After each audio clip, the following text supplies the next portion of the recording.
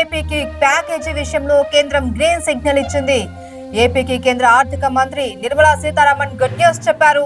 రాజధాని అమరావతికి ప్రత్యేక ఆర్థిక చేయూత అందించారు. 15,000 కోట్లు కేటాయిస్తున్నట్లు చెప్పారు ఆవిడ. అలాగే పోలవరం ప్రాజెక్టు వంటి వాటిపైన ప్రత్యేక దృష్టి సారించారు. అవసరానికి మరిన్ని నిధులు కూడా విడుదల చేస్తాము అని హామీ ఇచ్చారు.